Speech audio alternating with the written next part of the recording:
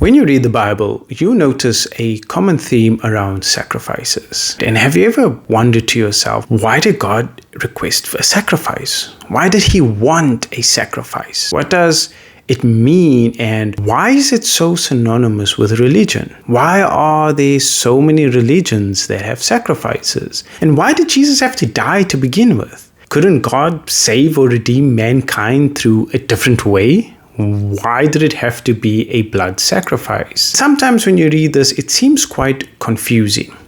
But to understand this, we have to go back to the beginning.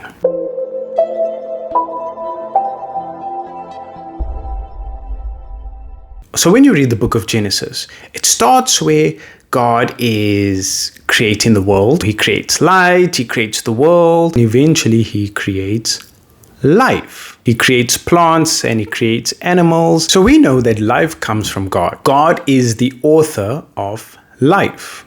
What does the Bible say? The Bible says that God breathes life into man. That was Adam. Here's your first theme of the Bible: God creating life. And then what happens? In the Genesis story, we have the tree of life and we have the tree of knowledge. Notice that this tree of knowledge is good and evil. It's just a tree of knowledge. Knowledge of good and evil. God says, do not eat from the tree of knowledge. They can eat from the tree of life, but they could not eat from the tree of knowledge. And then what does he say? He says, do not eat from the tree of knowledge, for you shall surely die. The first test was, there's a tree of life, you can eat from it, and there's a tree of knowledge of good and evil, and you cannot eat from it, for you shall surely die. Here we can see the themes of the Bible. All right, you have life and you have death. Life comes from God. So God is saying, if you believe and trust in me and listen to my word, you will have life. Then on the other hand, he says, well, here's the tree of knowledge of good and evil. And if you eat of this, you shall surely die. You have belief is life, unbelief is death.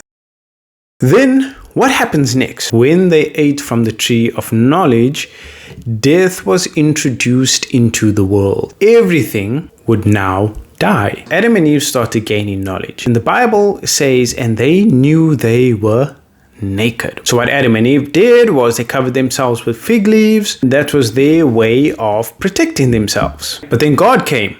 And then what did God say? God said, no, that's not enough. God gave them skin to cover themselves. There already you have your first sacrifice. Something had to die in order for man to live. And man meaning mankind. And that's with all things. For us to sustain our bodies and to continue living, something has to die. So when God gave Adam and Eve skins for a covering, it covered their physical body, but it also covered the sin that was committed. So now that we have a foundation of what happened in the beginning, we are going to look at what God's ultimate plan for redemption was in the next one. Stay tuned for episode 2.